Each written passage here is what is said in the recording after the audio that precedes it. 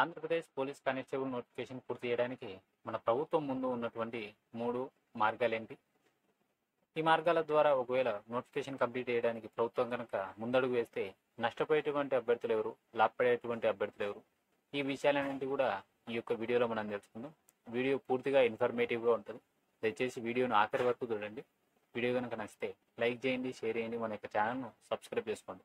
ముందుగా ఈ constable reservation ఏదైతే ఉందో హోంగార్డ్స్ సంబంధించి ఆ యొక్క కేసు నేపథ్యం అనేది ఒకసారి మనం గమనిద్దాం. హోంగార్డ్స్ ఎవరైతే ఉన్నారో వారికి 40% రిజర్వేషన్ సంబంధించి సుప్రీంకోర్టులో కేసు ఉన్నటువంటి విషయం మనందరికీ తెలిసింది. ఆ సుప్రీంకోర్టులో ఉన్నటువంటి కేసు ద్వారానే మన యొక్క ఈవెంట్స్ కూడా లేట్ కావడం అనేది జరిగింది. సో ఇందుకు సంబంధించి ముందుగా హోంగార్డ్స్ ఈ 40% రిజర్వేషన్ ఏదైతే ఉందో దీన్ని అమలు చేయాలని చెప్పేసి వారికి అనుకూలంగా మన యొక్క ఆంధ్రప్రదేశ్ హైకోర్టు అయితే తీర్పునిచ్చినటువంటి విషయం మనందరికీ తెలిసిందే. ఇందుకు సంబంధించి ఈటీవీ 2లో వచ్చినటువంటి ఒక న్యూస్ను కూడా మీకు ప్రూఫ్గా పెట్టడం అనేది జరిగింది. ఆ వీడియో తర్వాత మిగిలిన విషయాలు అనేటివి మనం మాట్లాడుకుందాం. హోంగార్డు అభ్యర్థులకు హైకోర్టులో ఊరట లభించింది. కానిస్టేబుల్ పోస్టుల ఎంపిక ప్రక్రియలో వారిని ప్రత్యేక కేటగిరీగా పరిగణించి ప్రాథమిక రాత పరీక్ష మెరిట్ ఆధారంగా దేహదారుఢ్య పరీక్షకు అనుమతించాలని పోలీస్ నియామక బోర్డును ఆదేశించింది. కానిస్టేబుల్ నియామక ప్రక్రియలో తమను ప్రత్యేక కేటగిరీగా పరిగణించకపోవడాన్ని సవాల్ చేస్తూ కొందరు హోంగార్డులు హైకోర్టులో వ్యాజ్యం వేశారు. సాధారణ అభ్యర్థుల తరహాలో తమకు కటాఫ్ మార్కులు నిర్ణయించడం సరికాదన్నారు. ప్రాథమిక పరీక్షలో అర్హత మార్కులు సాధించలేదన్న కారణంతో తమను దేహదారుఢ్య పరీక్షకు అనుమతించడం లేదన్నారు. ప్రస్తుతం పోలీసు నియామక బోర్డు జారీ చేసిన ప్రకటనలో ప్రాథమిక రాత పరీక్షలో ఓసీలకు 80, బీసీలకు 70, ఎస్సీ ఎస్టీలకు 60 మార్కులు కటాఫ్గా నిర్ణయించారన్నారు. ఆ ప్రకారం దేహదారుఢ్య పరీక్షకు ఎంపిక చేశారని తెలిపారు. కటాఫ్ మార్కులో సంబంధం లేకుండా హోంగార్డుల్ని ప్రత్యేక కేటగిరీగా పరిగణించాలన్నారు. జనరల్ కేటగిరీ అభ్యర్థులతో సమానంగా హోంగార్డులను పరిగణించి ప్రాథమిక పరీక్షలో కటాఫ్ మార్కులు పెట్టడంతో దేహదారుఢ్య పరీక్షకు అర్హత కోల్పోవాల్సి వచ్చిందన్నారు. ప్రత్యేక కేటగిరీగా పరిగణించి దేహదారుఢ్య పరీక్షకు అనుమతించేలా ఆదేశాలు ఇవ్వాలని కోరారు.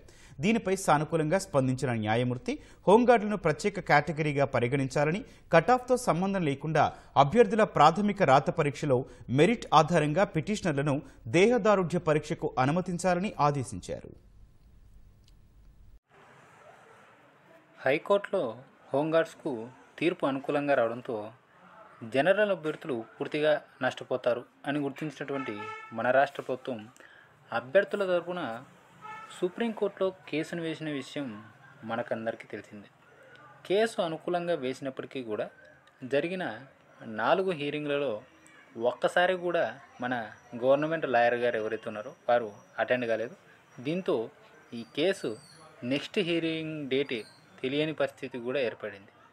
వీటి వల్ల అసలు అభ్యర్థులు ఈవెంట్స్ ఎప్పుడు పెడతారు, మెయిన్స్ ఎగ్జామ్స్ ఎప్పుడు జరుగుతాయి, అసలు ఈ సంవత్సరం నోటిఫికేషన్ పూర్తవుతుందా లేదా అనేటువంటి అయోమయ పరిస్థితులు అయితే అభ్యర్థులు అయితే ఇప్పుడు ఉన్నారు. మరి ఈ నోటిఫికేషను ఈ సంవత్సరం లాస్ట్కు కంప్లీట్ అవుతుందా అవ్వదా అంటే ప్రభుత్వం కనుక ఈ 3 మార్గాల ద్వారా కంప్లీట్ చేయడానికి 100% ఛాన్స్ ఉంది.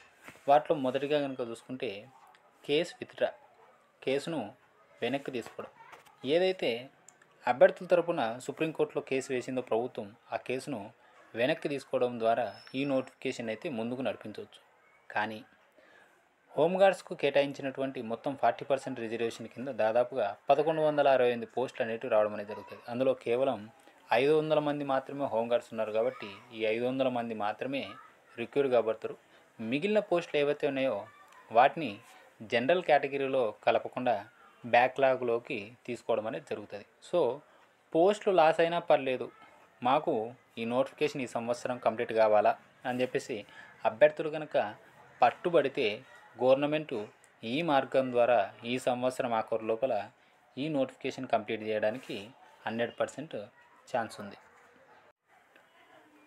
ప్రభుత్వం ముందు నోటిఫికేషన్ కంప్లీట్ చేయడానికి ఉన్నటువంటి రెండవ మార్గమే ఇంక్రీజ్ వేకెన్సీస్, పోస్టులను పెంచడం. ఏవైతే జనరల్ అభ్యర్థులు హోంగార్డ్స్ రిజర్వేషన్ కింద నష్టపోయేటువంటి పోస్టులు ఏవైతే ఉన్నాయో వాటిని నోటిఫికేషన్కు అదనంగా కలపడం వల్ల అంటే 6100 సంఖ్యను దాదాపుగా 7000 పైన పెంచడం ద్వారా ఈ యొక్క నోటిఫికేషన్ అయితే 100% ఈ ఇయర్ ఎండింగ్కి కంప్లీట్ చేయడానికి అవకాశం ఉంది. కానీ ఫ్యూచర్లో వచ్చేటటువంటి నోటిఫికేషన్లు అన్నింటిలో కూడా ఈ యొక్క హోంగార్డ్స్ రిజర్వేషన్ ఏదైతే 40% ఉందో అదైతే కంటిన్యూ కావడం అనేది జరుగుతుంది. ఇది నెక్స్ట్ పడేటువంటి నోటిఫికేషన్లలో అభ్యర్థులకైతే అతి తీవ్రమైనటువంటి నష్టాన్ని చేకూర్చేటటువంటి అవకాశం అనేది ఉంది. సో ఈ యొక్క మార్గం ద్వారా కూడా ఒకవేళ ప్రభుత్వం కనుక కంప్లీట్ చేయాలనుకుంటే ఈ మార్గం ద్వారా కూడా కంప్లీట్ చేయడానికి అవకాశం అనేది ఉంది. ఇక ప్రభుత్వం ముందు ఉన్నటువంటి మూడవ మార్గమే స్టే ఆర్డర్. సుప్రీంకోర్టులోకి వెళ్ళి ఈ హోంగార్డ్స్ రిజర్వేషన్కి సంబంధించి కేసు మీద స్టే తీసుకున్నాడు. ఒకవేళ ప్రభుత్వం కనుక స్టే కనుక తీసుకుని రాగలిగిందంటే ఈ నోటిఫికేషన్కి సంబంధించి సజావుగా ఈవెంట్స్ జరుగుతాయి. ఈవెంట్స్ తర్వాత మెయిన్స్ ఎగ్జామ్ కూడా జరుగుతుంది. కేవలం 2018 సంబంధించి హోంగార్డ్స్ రిజర్వేషన్ ఏదైతే ఉందో ఆ రిజర్వేషన్ మాత్రమే ఈ నోటిఫికేషన్కు మళ్ళీ నెక్స్ట్ వచ్చేటటువంటి నోటిఫికేషన్లకు కూడా వర్తించేటటువంటి అవకాశం అనేది ఉంది. సో ఈ 3 మార్గాల ద్వారా ప్రభుత్వం కావాలంటే ఈ సంవత్సరం ఆఖరులోపు ఈ నోటిఫికేషన్ కంప్లీట్ చేయడానికి 100% ఛాన్స్ ఉంది. మీకు ఈ 3 మార్గాల్లో ఏది ఉత్తమమైనది అనిపిస్తుందో దానిని కామెంట్ రూపంలో నాకు తెలియజేయండి. వీడియో కనుక నచ్చితే లైక్ చేయండి, షేర్ చేయండి, మన యొక్క ఛానల్ను సబ్స్క్రైబ్ చేసుకోండి. Thank you.